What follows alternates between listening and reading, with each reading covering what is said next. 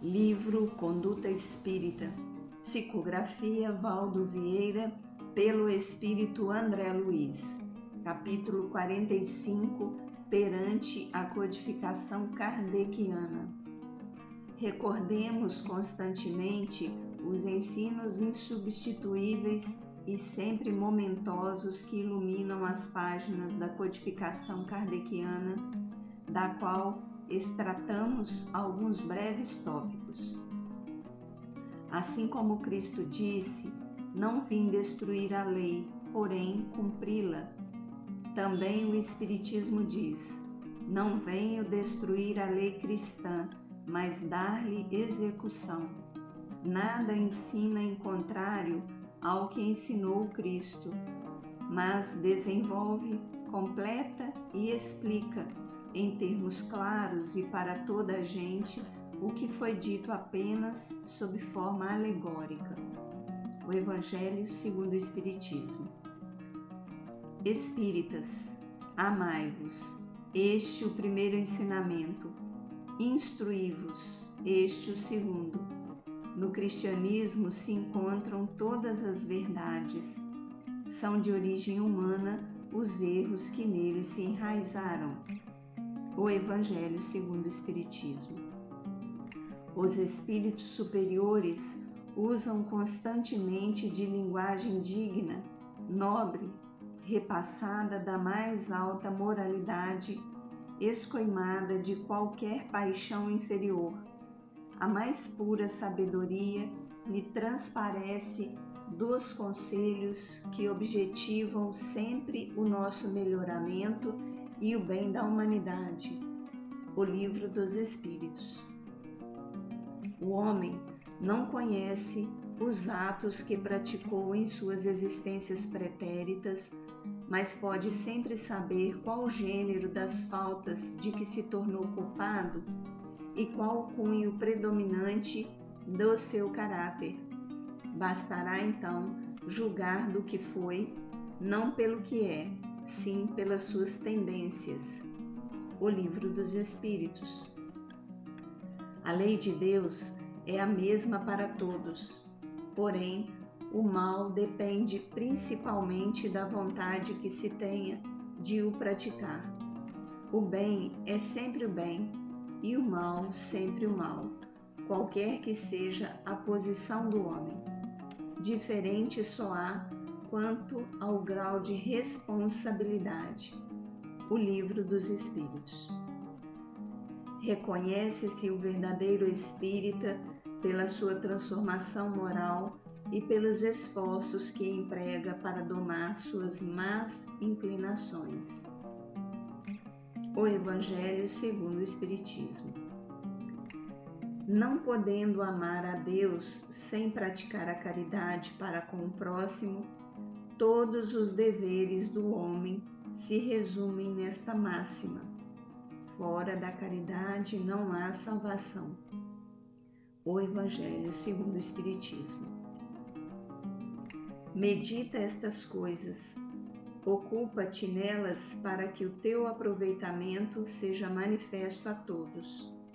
Paulo, primeira carta a Timóteo, capítulo 4, versículo 15. Ô Cris, hoje a gente vai falar da conduta espírita perante a codificação kardeciana, né? E é interessante porque, igual a gente estava conversando aqui antes de iniciar, né? Até dá uma insegurança, né? Da gente falar a nossa conduta diante da codificação, né? Porque é uma obra tão expressiva essa, né? De uma conduta ética moral tão assim, tão bem marcada, né? Que eu acho que isso me deu até uma insegurança aqui de falar sobre esse tema. Mas vai dar tudo certo, né, Cris? Com certeza a gente está aqui intuído e eu acho que é a gente pegar a essência disso tudo que a gente já sabe até hoje, né? Sim, vai dar tudo certo e a gente está aqui se esforçando, né, Rose, para estar aqui sendo exemplificando, né, naquilo que a gente já tem condição essa conduta espírita perante a codificação kardeciana, né? É. E interessante, né? Porque em todos os capítulos, né? Todas as mensagens, André Luiz ele vai trazendo para a gente os tópicos que ele acha que são importantes, né? E nesse aqui especificamente, ele traz trechos do Evangelho segundo o Espiritismo, do Livro dos Espíritos, e eu achei isso muito interessante, né? E aí a gente pode começar pensando, né, que as religiões elas têm uma base comum. E essa base que a gente tem acesso a ela, né, seja lá em qual religião for, de tempos em tempos ela vai vindo, né, à tona de novo, vai sendo relembrada. E eu penso que essa base é que está na fala de Jesus e também de Kardec, porque o Espiritismo ele vem tornar público o próprio conhecimento que já é milenar. E quando a gente vai falar da codificação, e é interessante, né, porque tem uma discussão grande hoje em dia no movimento espírita, né? Se a gente pode falar espiritismo kardecista, né? E eu acho que os homens se perdem muito nessas discussões que não levam a gente a lugar nenhum, a não ser a nossa própria vaidade, né? Da gente falar, ai, quem é que tem mais razão nessa expressão, né? Sei lá, eu acho que a gente precisa entender claramente que a gente está falando de uma doutrina que preza a ética e a moral, que tem um cunho filosófico, científico, e não que a doutrina espírita ela seja uma doutrina da ciência dos homens, vamos dizer assim, mas ela é de uma ciência que é milenar mesmo, é de uma ciência da espiritualidade. Então, é um pouco diferente, a gente se perde nisso, né? E é interessante que André Luiz coloca codificação kardeciana, né? Por que ele faz isso? Porque ele quer marcar essa, essa influência de Kardec para que o espiritismo tivesse a força que ele tem, a aparência que ele tem, a estrutura que ele tem, né? Então, eu acho que é importante a gente destacar isso.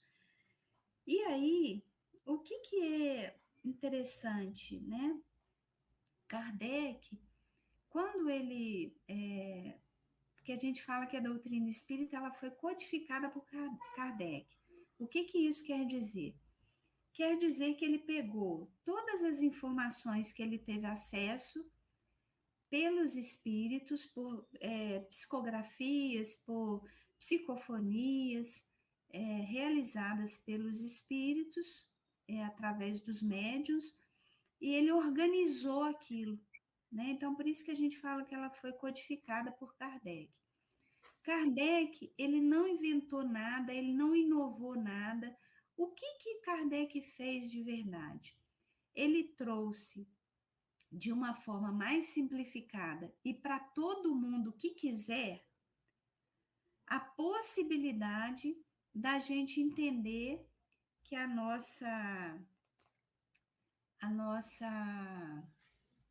aquilo tudo que a gente aprendeu de que a comunicação entre o mundo espiritual e o mundo material é muito tranquila, não tem nada de sobrenatural, que a gente continua tendo vida sempre, estando no corpo físico ou fora dele, só existe vida, que existem muitas moradas na casa do Pai, como disse Jesus, ou seja, todos os mundos são habitados, talvez por formas fluídicas diferentes, igual nós. A nossa forma fluídica é muito densa, muito materializada ainda, por isso que a gente tem esse corpo, né?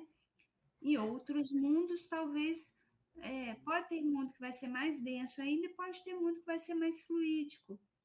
Então, Kardec veio fazer aquilo que há muitos séculos, muitos outros espíritos já tinham vindo e feito, que é trazer essa consciência da imortalidade da alma, da comunicação entre os mundos.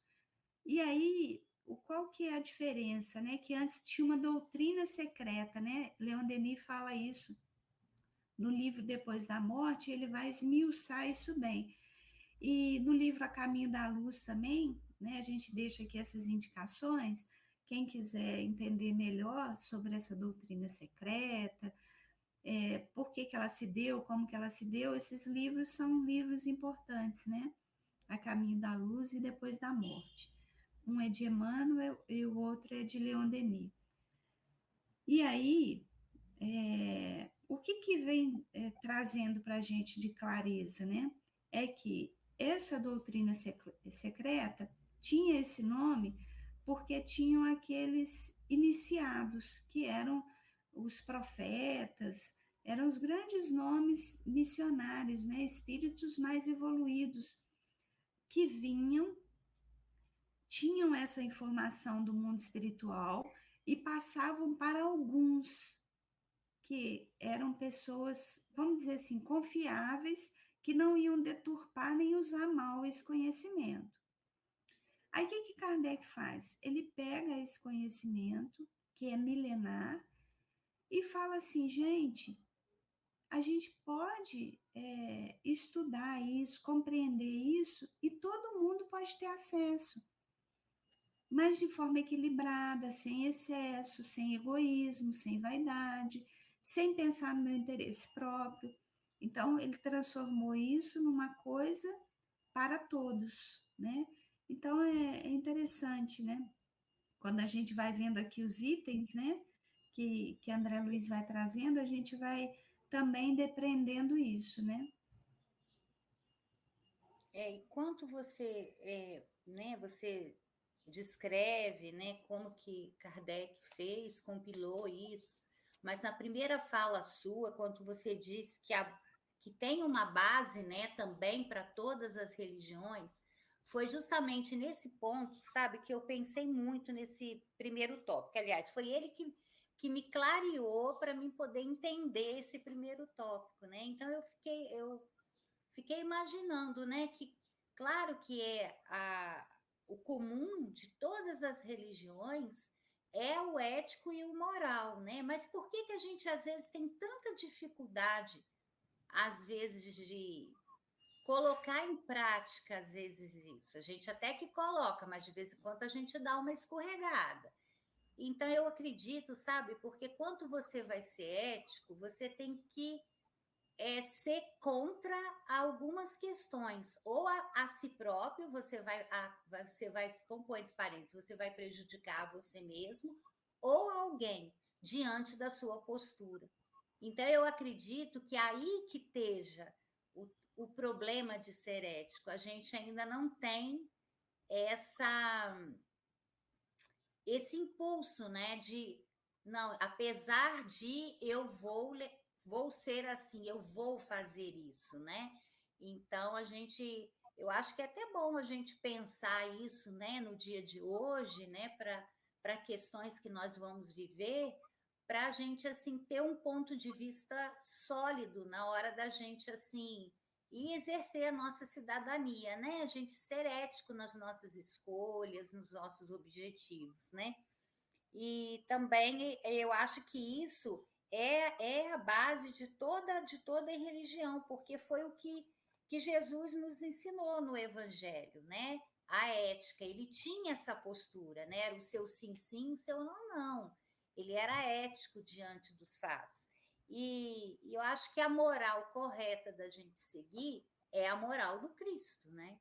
Então, esse primeira leitura que eu fiz ali do livro, sempre tem uma coisa que você vai mais, o seu olhar cai mais. O meu caiu muito sobre isso, sabe, Rose? E aí eu clareou, né, o meu entendimento, a minha reflexão, e eu falei assim, não, eu vou começar a minha fala do primeiro falando sobre isso, né, porque eu acho que é até importante, né, a gente comentar sobre isso. É verdade, Cris. E é importante você trazer isso, né? Porque a gente precisa compreender que tudo aquilo que a gente faz tem uma consequência. E a gente, às vezes, precisa entender, né? No segundo item aqui, eu acho que vai muito assim ao encontro disso que você está dizendo, né? Que no segundo item ele traz um trecho lá do Evangelho segundo o Espiritismo, que ele vai falar: Espírita, amai-vos. Este é o primeiro ensinamento, instruí-vos, este é o segundo. E aí a gente vai dizer o seguinte: isso não é uma moral do espiritismo, deveria ser do ser humano, do homem, né? A gente precisaria aprender a amar, primeiro amar a gente precisa entender o que é esse amor, que não tem nada a ver com egoísmo. Egoísmo é um falso amor ou um anti-amor até, né? Mas tem a ver com a gente aprender a cuidar da gente. Isso que é o auto-amor. A gente aprender a cuidar dos nossos pensamentos, vigiar as nossas emoções, os nossos comportamentos.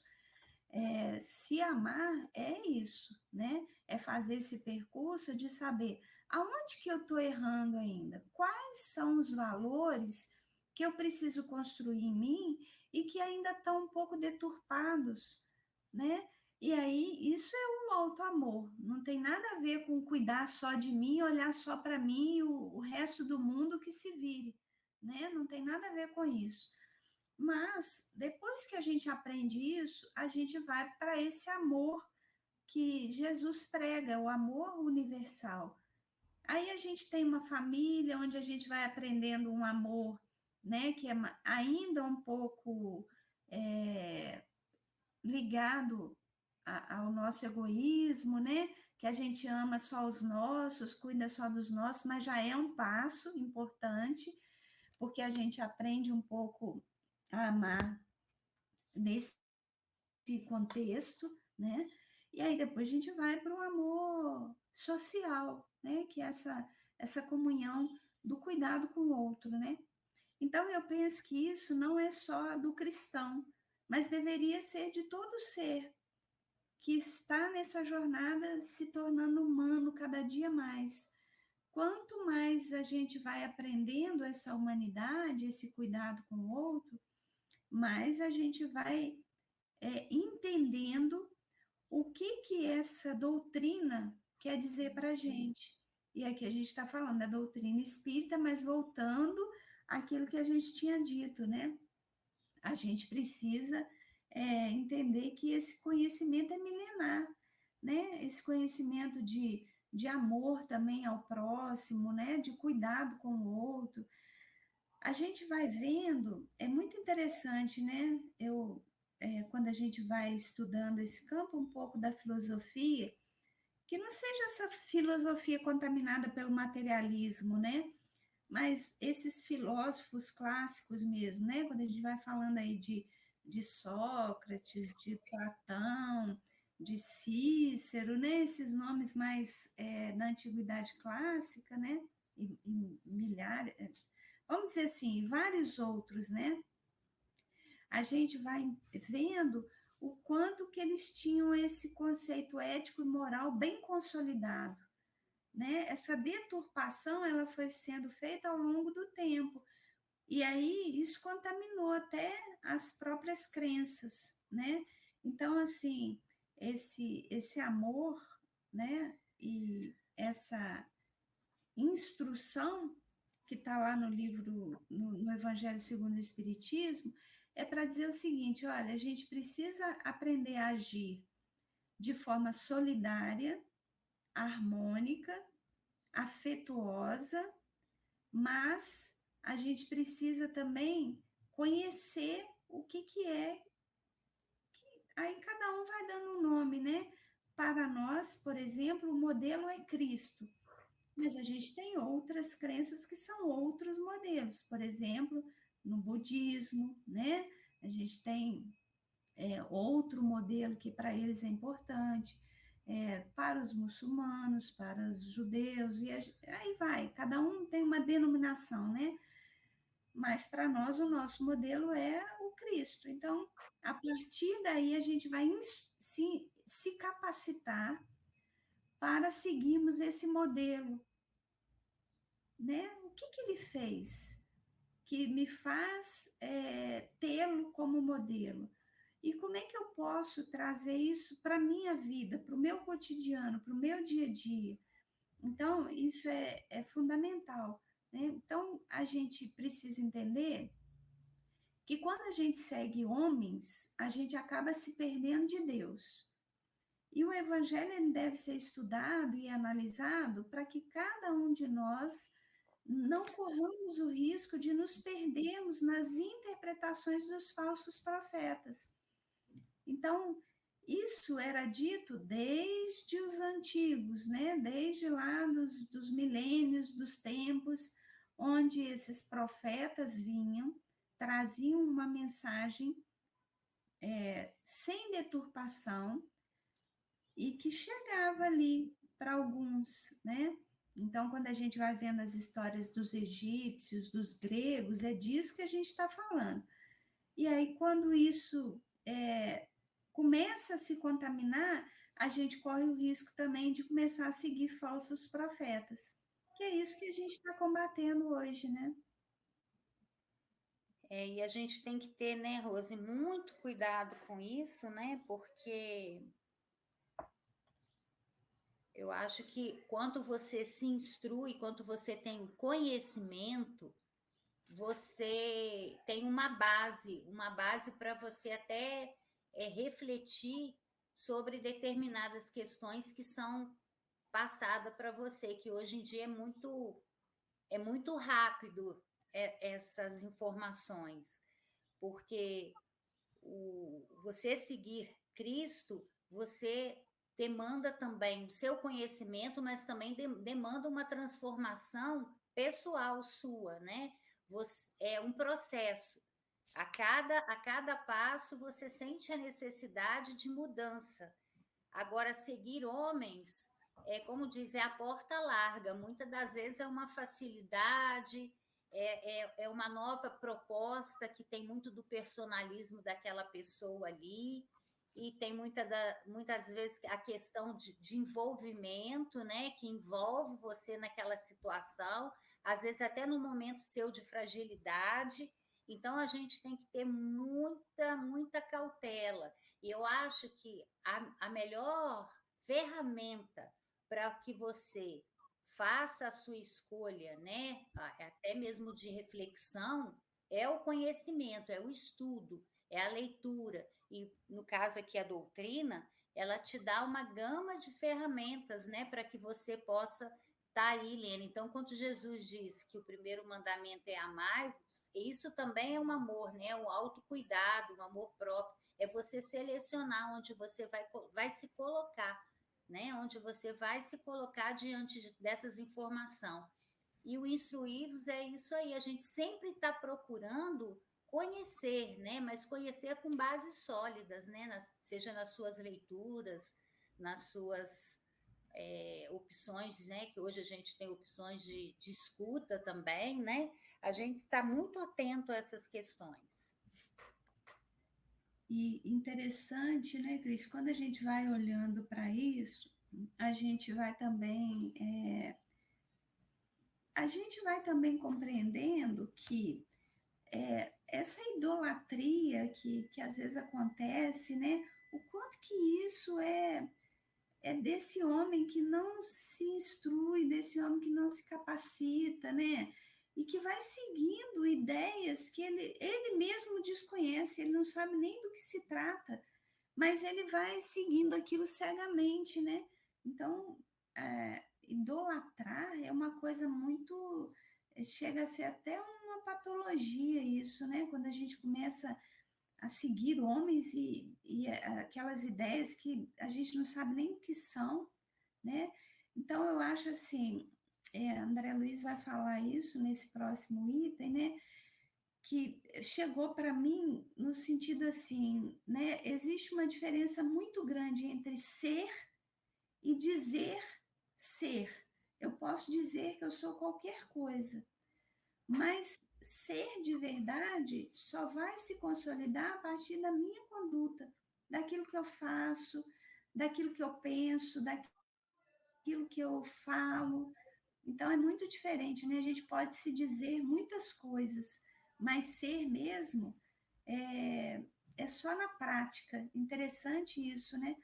E eu eu vou trazer uma mensagem aqui que eu achei bem interessante que vai ao encontro, né, desse tema também, que é a mensagem número 7 do livro Seara dos Médiuns. É um livro bem interessante de mensagens, que também foi psicografado pelo nosso querido Chico, né, e ditado pelo Espírito Emmanuel.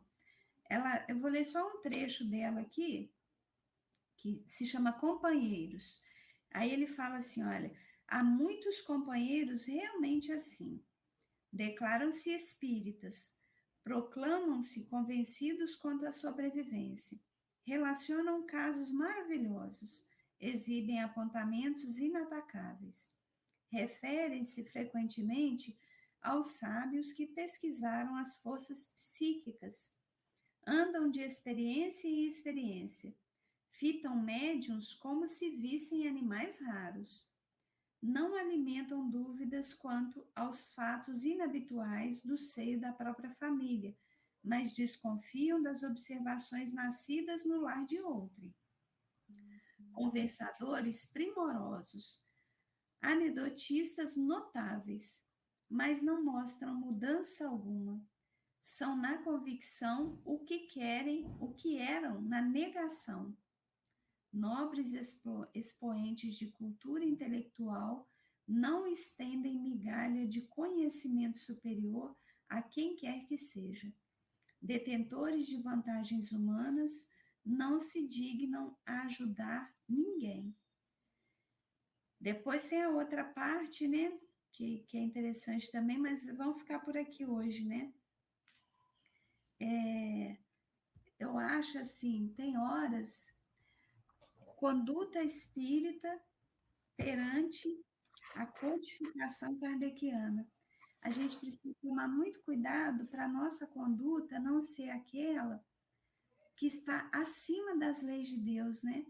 Quando eu li essa mensagem aqui, eu pensei muito nisso, sabe? Às vezes a gente fala muito bonito, né? A gente traz certas. Não porque Kardec falou isso, porque Jesus falou aquilo, mas no nosso dia a dia, como é que a gente está em frangalhos às vezes, né? E eu estou falando isso para mim, né? Não é uma hipocrisia isso, não. Eu acho que isso virou uma frase meio de senso comum no espiritismo, né? No movimento espírita, que a gente está falando para a gente, mas eu falo isso de coração, né? Toda vez que eu falo que a gente faz o nosso estudo aqui, né? Tanto aqui no podcast Conduta Espírita, quanto nos nossos estudos mesmo das obras, né, de Kardec e das obras subsidiárias, eu tenho feito muito esse movimento, sabe? Como é que eu estou aplicando isso na minha vida? Porque não adianta falar, não adianta. A gente precisa praticar, né? Então, instruir é para isso, para a gente colocar na prática, mas acima de tudo, né? Para a gente também não se perder nesse o que eu digo que eu sou e o que eu sou de verdade, né? Não tem problema a gente chegar à conclusão que a gente ainda falha em muitas coisas, porque se a gente está aqui na Terra, é porque a gente falha em muitas coisas, né? Mas é preciso que a gente tenha essa clareza sobre nós mesmos, né? Porque a gente enganar os outros, eu acho que isso é o de menos, sabe, Cris? Me veio essa reflexão aqui agora, menina. Mas a gente enganar a gente mesmo, né? É muito triste isso, chegar no final de uma encarnação e falar assim: nossa, eu passei uma encarnação inteira me dizendo espírito, né? Falando sobre o espiritismo, sobre as coisas da dimensão espiritual, mas eu agi o tempo todo como materialista, né? Deve ser horrível isso, né, Cris? Me deu até uma tristezinha aqui agora. Mas é interessante, você estava lendo esse texto, eu estava pensando, né? A gente está encerrando esse livro, Conduta Espírita, né? E aí fiquei imaginando, eu falei assim, a conduta espírita, eu acho que em todo o capítulo estava muito assim ligado, né, Rose, para a gente ter uma conduta espírita, está muito ligado ao nosso autoconhecimento. E eu acho que isso é o equilíbrio. E é ainda uma dificuldade muito grande para a gente se autoconhecer, né? Eu não sei se é mais fácil a gente dizer que se autoconhece ou adiar essa tarefa, eu não sei. Mas ainda é muito difícil, talvez porque nos traga algumas certezas, algumas questões que a gente não quer encarar, né? Talvez seja isso, não sei. Mas eu acho que é isso, sabe, Rose? Quanto a gente falou atrás, eu vou trazer aqui de novo, né? Essa questão do auto-amor e do egoísmo, né? É também uma dificuldade de entendimento, porque eu já peguei assim algumas conversa, né, mesmo com pessoas mais próximas, dizendo: mas a gente não tem que olhar muito só para a gente, isso é egoísmo, a gente tem que olhar para o próximo. Então você vê que as pessoas confundem, né?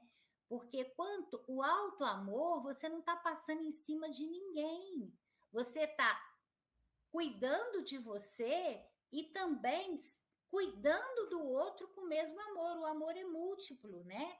Agora, o egoísmo é diferente. O egoísmo, eu vou atender só as minhas necessidades. E se eu tiver que passar por cima do outro para isso, eu não vou, como diz ali os antigos, eu não vou pestanejar, eu vou fazer. Então, a gente se autoconhecendo, a gente sabe dessa diferença. A gente vai diante de uma situação, até mesmo dentro do movimento espírita, você vai pensar: olha, isso aqui é bacana eu fazer, né? Isso aqui é bacana, isso aqui está baseado nisso.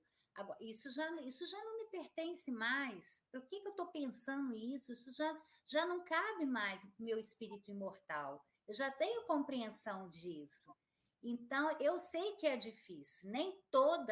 Vou falar aqui por mim, nem todas as minhas dificuldades eu tenho essa clareza de entendimento. Algumas eu já tenho, mas aquelas que eu não tenho, uma coisa eu te afirmo, Rose, depois que passa, eu tenho a consciência daquilo que eu fiz não foi bacana, daquilo que eu pensei não foi.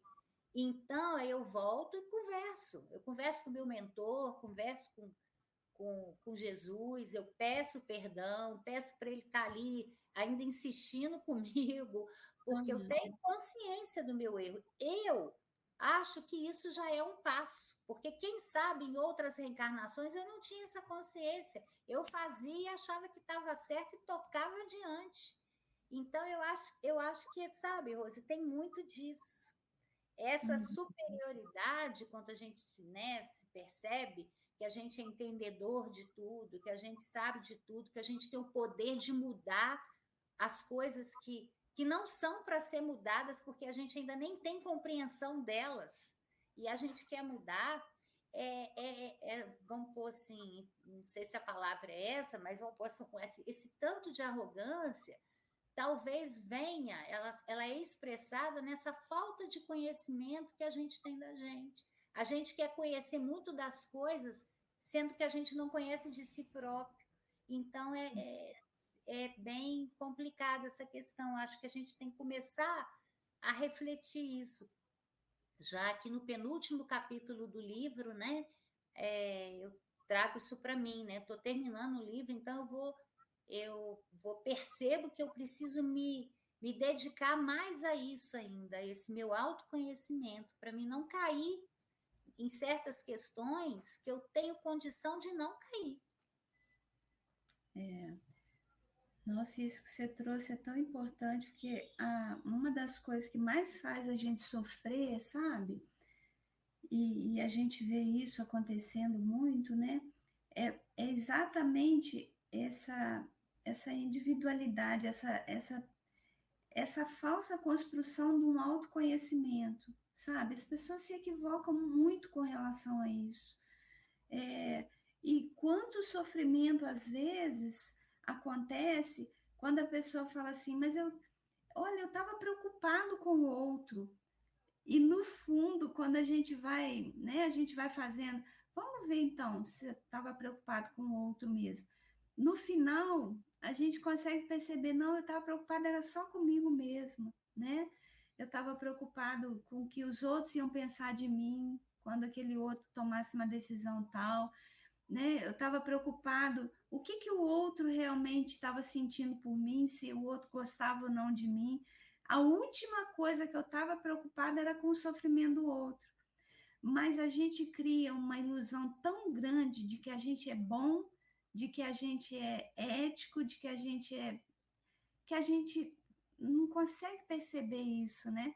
Que no final a gente só está falando sobre a gente e não está conseguindo olhar para o outro, né? Eu ouvi essa frase hoje, me veio aqui na lembrança, né? De uma pessoa que estava tentando entender o que estava acontecendo, entender o que estava acontecendo, e quando ela vai perguntar para o outro vira para ela e fala assim: olha, eu estou sofrendo, e dessa vez não é sobre você que a gente está falando, é sobre mim e o meu sofrimento. Então, eu achei isso tão interessante, eu falei, olha, e como é que a pessoa pensou que ela estava se preocupando com o outro, e na verdade ela estava se preocupando só com ela, né? E aí precisou desse outro falar, olha, peraí, agora a gente, não é sobre você mais, amplie um pouquinho seu olhar, né? Nós estamos falando da minha dor agora, né? Eu estou sofrendo aqui. Então, é bacana a gente pensar nisso, né? E a gente lembrar, né, que a doutrina espírita, ela não é só uma denominação, não é mais uma denominação religiosa que Kardec inventou, né? Ah, agora nós não vamos ser mais nem isso, nem aquilo, nós vamos ser espíritas. Não, é uma conduta ética, moral, né? Então a gente precisa entender isso com mais clareza, né? Até para a gente poder viver com mais verdade dentro dessa doutrina também, né? E aí, o que a gente precisa entender? Que é o que a gente vem falando nos estudos, né? Todos os outros, quem ainda não ouviu as outras mensagens, vale a pena voltar um pouco e acompanhando, porque a gente tem que entender que a gente não tem início, meio e fim quando a gente vai falar de espírito e de vida espiritual, né? A gente tem sim uma vida. Então, a gente vive essa vida em vários corpos, isso é verdade. Mas a vida é uma só. Desde quando a gente é criado, simples e ignorantes por Deus, como está no Livro dos Espíritos, a partir daí a gente só tem vida, ora aqui na matéria, ora no mundo espiritual, até que a gente consegue se depurar e aí a gente vai viver de uma forma mais espiritualizada ou mais no mundo espiritual. Mas não existe aí, né? Acabou minha vida aqui, daí a pouquinho eu vou começar uma outra reencarnação com uma outra vida. Não é assim que funciona, né? Então, existe um elo entre as vidas vividas. Então, nós somos. Talvez a gente tenha esse esquecimento do passado, mas isso não nos desvincula desse eu que nós somos e das experiências que nós tivemos, né? Então, assim, a nossa conduta, ela tem que ser pautada naquilo que é ético, naquilo que é moral, nas leis de Deus, nos ensinamentos do Cristo, mas entendendo que tudo que a gente vai fazendo vai trazendo consequências para o hoje, para o amanhã e para as próximas experiências que a gente vai vivendo, né? Então, assim, é interessante porque ele traz isso aqui, né? O homem não conhece os atos que praticou nas suas existências pretéritas, mas pode sempre saber qual o gênero das faltas, né? da qual ele se tornou culpado, ou então dos benefícios que ele tem daquilo que ele fez de bom, né? Então, esse elo está aí, né? Sempre conduzindo aquilo que a gente está vivendo hoje e vai viver no amanhã. Então, a gente precisa ficar atento a isso também. Sim, né? E a gente sabe que a cada ida e vinda desse espírito imortal, né, nesse processo da reencarnação, ele sempre vai dar um passo adiante nessa senda do progresso, né? A lei do progresso.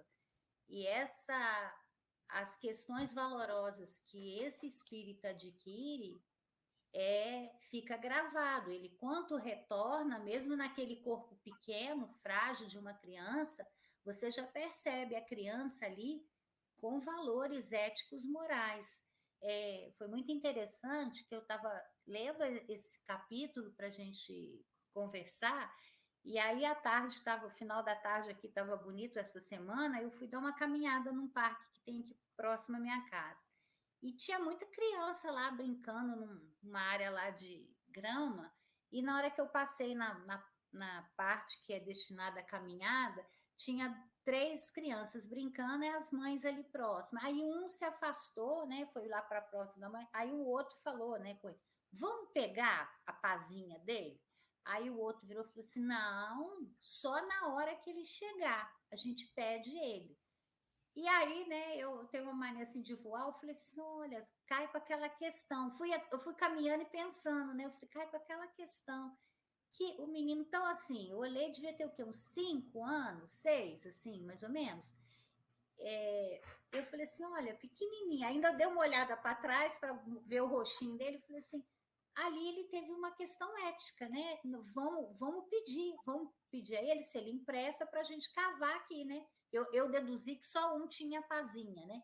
E então é isso, né? É um exemplo que a gente vê, ele já trouxe isso dele, né? Adquirido dele pequenininho. Talvez, claro, os pais reforçaram, mas ele já tinha isso dentro dele, então foi até fácil ele gravar, né? Então, assim, a gente tem que ver que é uma lei, a gente progride, né? Aqui ele só vai aprimorar nisso, né? A pazinha é pequeno pelas coisas que vão vir, os desafios que vão ser postos à prova dele, ele vai ter a maior facilidade em lidar com aquilo, né? Com essa ética que ele já está ali dentro dele. É porque é a bagagem, né, que ele traz que já está gravada dentro dele, né? Então, isso aí ele vai mostrando, ele vai superando, né, as próprias inferioridades que a gente traz também, né? Vai sobressaindo, a superioridade vai sobressaindo as nossas inferioridades nessa lei do progresso aí. E é bastante interessante quando a gente vai pensando nisso, né? Esse exemplo que você trouxe é muito bacana, porque igual você falou anteriormente, né? Eu não sei se é difícil fazer o percurso do autoconhecimento ou se a gente vai adiando, porque também tomar contato com algumas coisas não é nada fácil, né? E ter que encarar isso frente a frente é mais difícil ainda. E o que esse exemplo traz para mim, né? Realmente a gente não muda aquilo que a gente tem de essência. A gente pode mudar algumas coisas, né? Não é que a gente não muda, eu vou melhorar essa fase, porque parece que a gente também vive num determinismo, não é disso que eu estou falando, não. Mas o que eu digo é o seguinte, por exemplo, uma pessoa tem uma determinada característica, aí ela vai, né, crescendo, amadurecendo, envelhece, e antigamente tinha uma frase que era muito assim, ai, nossa, envelhecer é muito ruim, a gente fica meio rabugento, né? Tinha umas coisas assim, umas falas meio depreciativas até, né? Mas era para dizer assim, mais ou menos, né? Todo velho tem uma característica que é da velhice. Hoje em dia a gente vê que não é isso. A gente vê que o envelhecer é o reflexo da vida. O que eu fui durante a minha vida toda vai ser exaltado na velhice. primeiro porque às vezes eu me autorizo mais na velhice, segundo porque às vezes vou perdendo um pouco mais do filtro, terceiro porque aquilo ali às vezes passa a ser uma coisa tão habitual que eu faço mais espontaneamente, né? Então vamos pegar um exemplo. A gente tem as filas preferenciais, eu acho isso um avanço, né? Não precisaria ter se a gente fosse já civilizado da forma plena, né? Bastaria a gente olhar para o lado e falar: nossa, fulano está precisando passar aqui, eu vou deixar ele passar na minha frente. E aquele fulano ter a condição de falar: olha, eu te agradeço muito, mas eu tô legal, eu vou ficar aqui na fila porque eu tô bem, eu não preciso passar na frente de ninguém. Mas aí, como tem os espertalhões que querem levar vantagem, né? Então aí cria-se essa regra, né? De uma fila preferencial. E aí fica todo mundo ali, precisando ou não, por conta da idade ou de uma necessidade especial. Então, acho isso bacana até, né? Mas a pessoa que tem o hábito de furar a fila, por exemplo, ela vai fazer isso se ela não foi educada durante o processo dela, ensinada, né? Educada no sentido de ser ensinada de que isso não se deve fazer. E quando chegar na velhice, ela vai achar que ela tem todo o direito de passar na frente de qualquer um, independente da situação dela, sabe? Então, eu falo isso para dizer o seguinte: a gente não se transforma por conta de uma faixa etária. A gente é o que a gente é. Se a gente não se policiar, a gente não muda. A gente passa uma vida inteira repetindo comportamentos, né? E aí vai chegar na velhice, vai ter essa justificativa da velhice, mas a velhice não é justificativa para nada de ruim. Ela é só uma justificativa, né? Que a gente quer dar para dizer: passei uma vida inteira e não me modifiquei como ser humano, né? Aí a gente justifica com a questão da idade, né? Mas a gente precisa olhar um pouco para isso também, né? Então, assim, por que eu estou dizendo isso? Porque quanto mais a gente busca o conhecimento, mais a gente é convidado ao bem. E por isso, talvez, a dificuldade da gente buscar esse conhecimento das leis de Deus, né? Buscar esse conhecimento daquilo que vai me trazer contato com essa minha essência divina, né? Então, por isso que às vezes a gente fica muito presa à materialidade, né? A gente lê muito, conhece, mas conhece superficialmente, porque quando a gente conhece com profundidade, o convite é para a gente fazer sempre o bem, né? Porque a lei de Deus nunca vai ter justificativa para o mal, ela sempre vai nos conduzir para o bem. Então, eu acho que é isso que eu penso também sobre essa questão, né? Por que a gente tem tanta dificuldade de se aprofundar nesses conhecimentos do que é eterno? E a gente se perde no campo do conhecimento do que é daqui, da matéria, né? E aí a gente não fica tão se sentindo obrigado pela nossa consciência a fazer o bem sempre, independente do que o outro está fazendo, né? Que é o que o menininho fez. Olha, meus pais não estão aqui, quem me ensinou não está aqui, o coleguinha, dono da pazinha, não está aqui, mas eu sei que é errado pegar a coisa do outro sem pedir, né? Sem autorização do outro, então eu vou esperar o outro.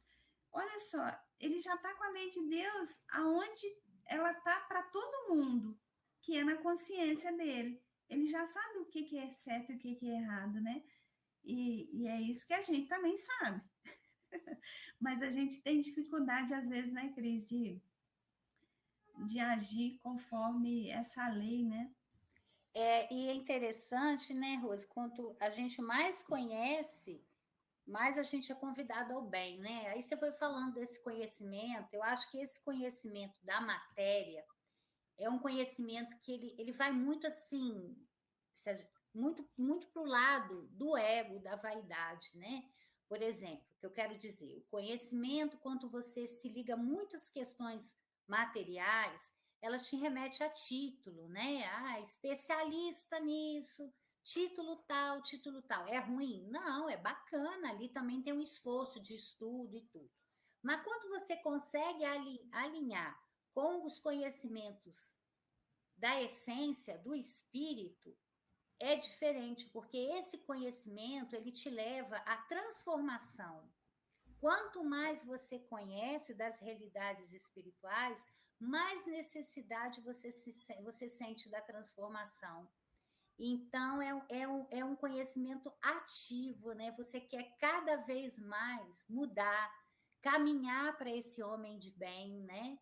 E eu acho que essa transformação ela vai gerar uma transformação individual no ser e, consequentemente, é uma transformação coletiva. Ela abrange, né, uma, toda a volta, porque basta uma ação desse ser transformado no bem, ele contagia, né? Ele contagia todo um grupo, seja com as suas ideias, seja mesmo com a sua fala, com a sua postura, né?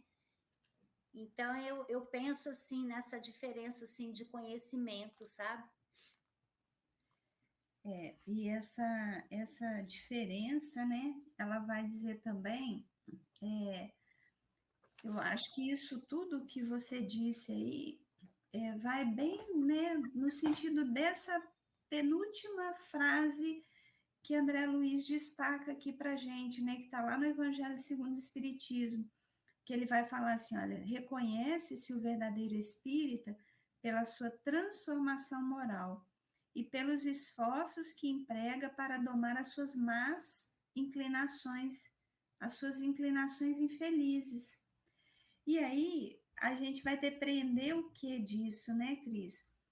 Que diante do que a gente recebe de conhecimento, o mínimo que a gente pode fazer é mudar de forma efetiva, mudar moralmente, mudar as nossas percepções de individualidade, de espiritualidade, né? Então, eu acho que isso que você trouxe é muito importante até nesse sentido, né?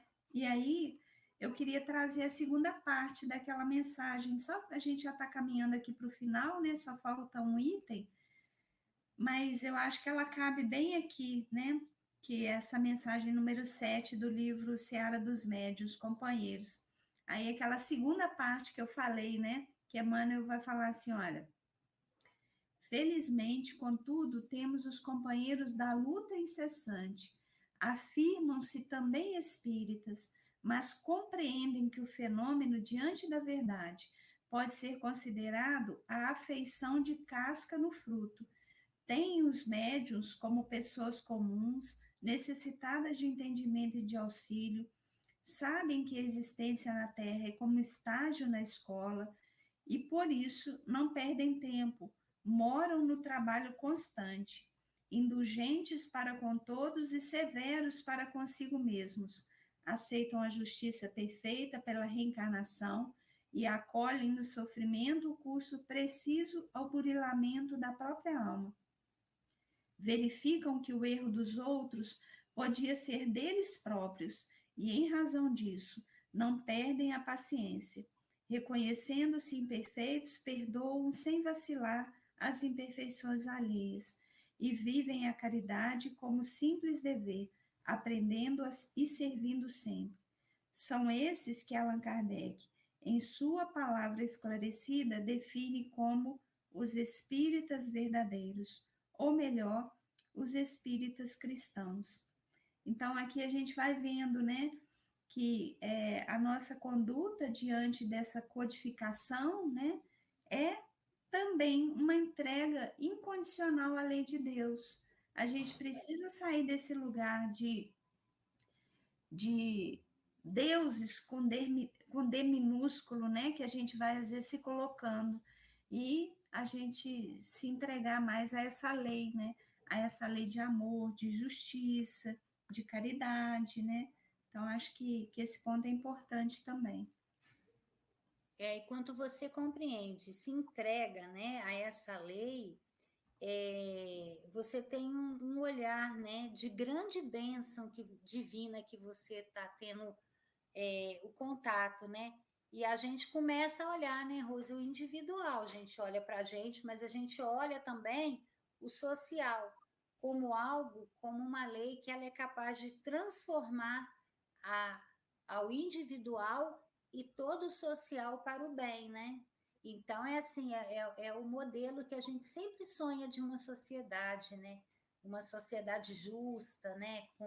Com lei justa, com oportunidade para todos, né? Quanto a gente começa a fazer um movimento individual e aí a gente vai no coletivo e assim a gente consegue essa transformação, né? Através desse amor, né?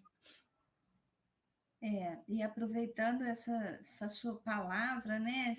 Essa coisa importante que você trouxe agora, né? Da gente viver coletivamente, né? Em sociedade.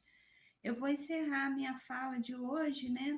Trazendo aqui uma mensagem de Tiago, que está no capítulo 2, no versículo 14, dos versículos 14 até o 17. Até, assim, pensando um pouco, né, nessas reflexões todas que nós fizemos sobre esse capítulo, sabe, Cris? Tiago vai falar assim, olha, meus irmãos, se alguém disser que tem fé, mas não tem obras, que lhe aproveitará isso? Acaso a fé poderá salvá-lo? Se um irmão ou uma irmã não tiverem o que vestir e lhes faltar o necessário para a subsistência de cada dia, e alguém dentre vós lhes disser: ide em paz, aquecei-vos e saciai-vos, e não lhes der o necessário para a sua manutenção, que proveito haverá nisso? Assim também a fé, se não tiver obras, está completamente morta. Esse texto, né, de Tiago, ele é muito tocante, né? Porque a gente volta a dizer, para mim, pelo menos, né? Não basta se dizer cristão, se dizer espírita, é preciso praticar tudo isso que a gente já sabe que a gente precisa praticar, né? Porque se dizer alguma coisa não é sinônimo de que nós somos aquela coisa. Então, se dizer cristão é uma responsabilidade muito grande, né? A gente estava comentando aqui, igual você já lembrou, né? Nós temos só mais duas mensagens, né? A da semana que vem e a próxima. E a última mensagem é sobre o Cristo, né? Que responsabilidade, né? A gente dizer da nossa conduta espírita diante de Jesus. Porque é isso, né? Falar é muito confortador, falar é muito cômodo, mas praticar, esse é o grande convite, né? Então, eu queria trazer essa passagem de Tiago, porque eu acho ela um convite. A gente não achar que ter uma denominação já nos torna cristãos, né? E eu vou encerrar minha fala falando sobre essa fé, né? Essa fé sem obras, que é morta, que você leu aí, né? Eu fiquei pensando aqui. A verdadeira fé vai dizer muito mais das nossas atitudes e dos nossos pensamentos do que simplesmente de belas palavras, né? Então, pois é através da nossa mudança que a gente vai exemplificar o poder que essa fé tem de transformar, né? Então, que a gente possa refletir, né, sobre as nossas ações, sobre os nossos pensamentos, se eles são pensamentos, se eles têm a energia dessa fé transformadora. É isso aí. Que eu queria deixar aqui hoje. E, Rose, olha, muito obrigada pela oportunidade. Um abraço grande, um abraço em todos aí. Ô, Cris, eu é que agradeço. E com essa sua bela reflexão, aí a gente termina então mais um podcast Conduta Espírita. Uma ótima semana para você, Cris, e para todos.